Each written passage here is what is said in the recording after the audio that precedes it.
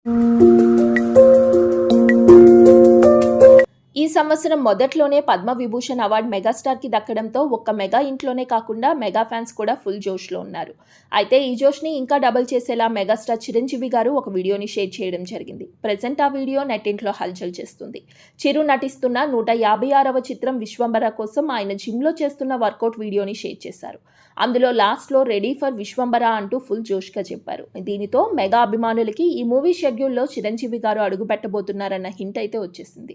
అయితే 68 సంవత్సరాల వయసులో కూడా జిమ్లో మెగాస్టార్ చేసే వర్కౌట్స్కి ఫ్యాన్స్ అంతా ఫిదా అవుతున్నారు.